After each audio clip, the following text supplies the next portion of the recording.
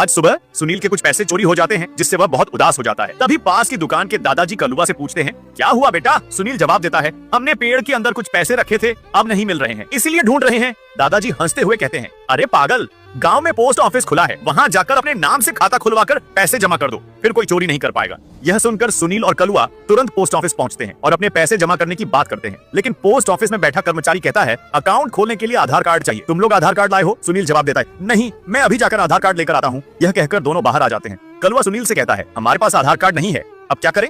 अगले दिन दोनों मिलकर आधार कार्ड कार्यालय जाते हैं। वहाँ के अधिकारी कहते हैं, बिना राशन कार्ड के आधार कार्ड नहीं बनेगा। फिर दोनों राशन कार्ड कार्यालय पहुँचते हैं। वहाँ अधिकारी कहते हैं, बिना वोटर कार्ड के राशन कार्ड नहीं बनेगा। अब दोनों आखिरी उम्मीद लेकर मतदाता कार्यालय पहुँचते हैं। लेकिन वहाँ अधिकारी कहते हैं, बिना आधार कार्ड के मतदाता पहचान पत्र नहीं बन सकता। अब दोनों निराश होकर पोस्ट ऑफिस लौटते हैं और वहाँ बैठे अधिकारी की बेटी को सारी बात बताते हैं। लड़की उनकी परेशानी समझ जाती है और कहती है, तुम दोनों अपना नाम और जन्म तिथि बता दो, मैं गाँव के मुखिया से बात करके तुम्हारा आधार कार्ड बनवा दूंगी। अगले ही दिन लड़की सुनील को लेकर मुखिया के पास जाता है और उनसे सिग्नेचर लेकर तुरंत सुनील के साथ बाजार जाता है। वहाँ वे सुनील की पासपोर्ट साइज फोटो खिंचवाते हैं और उसे आधार कार्ड बनवाने के लिए ऑफिस में जमा कर देते हैं। घर लौटे समय सुनील को लड़के की चप्पल फटी हुई दिखती है। सुनील कहता है, मैडम, आपने मेरे लिए इतने सारे काम कर दिए, क्या मैं आपकी चप्पल ठीक कर दूं? लड़का मुस्कुराकर कहता है, नहीं, कभी और सही कर देना। अब सुनील अगले ही दिन से पैसे जमा करना शुरू कर देता है। वह रोज रोज पैसे इकट्ठा करता है ताकि लड़की को देख सके। गांव वालों के लिए रसद लाना और बैग सिलवाना सुनील के लिए आम बात हो जाती है। एक दिन लड़की यह सब देख लेती है और सुनील और उसके दोस्त कलुआ को यह सब बंद करने के लिए कहती है। लेकिन सुनील अपना काम बंद नहीं करता। जब भी लड़की आती, सुनील और कलुआ चुप हो जाते।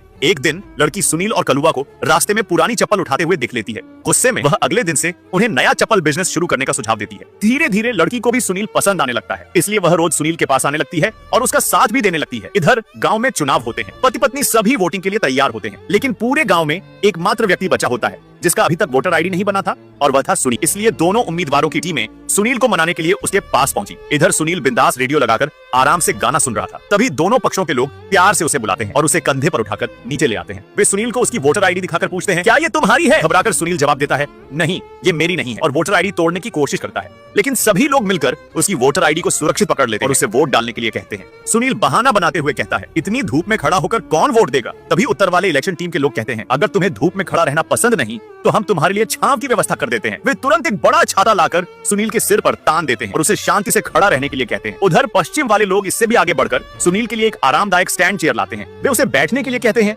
और आराम से वोट देने के लिए एक बड़ी टेबल भी लाकर रखते हैं ताकि उसे कोई तकलीफ न हो। पश्चिम और उत्तर दोनों उम्मीदवार सुनील को खुश करने के लिए उसे हर चीज देने लगते हैं। एक दिन वे दोनों सुनील से पूछते हैं, अब बताओ किसे वोट दोगे? सुनील जवाब देता है, मैं अब तक फैसला नहीं ले पाया हूँ। अगले दिन से दोनों उम्मीदवार सुनील का पूरा ध्यान रखने लगते हैं। आज सुनील उन्हीं के दिए हुए पैंट, शर्ट, जूते और घड़ी पहनकर चप्पल सिलवाने जाता है। उसे इस नए रूप में देखकर गांव वाले हैरान रह जाते हैं। धीरे धीरे दोनों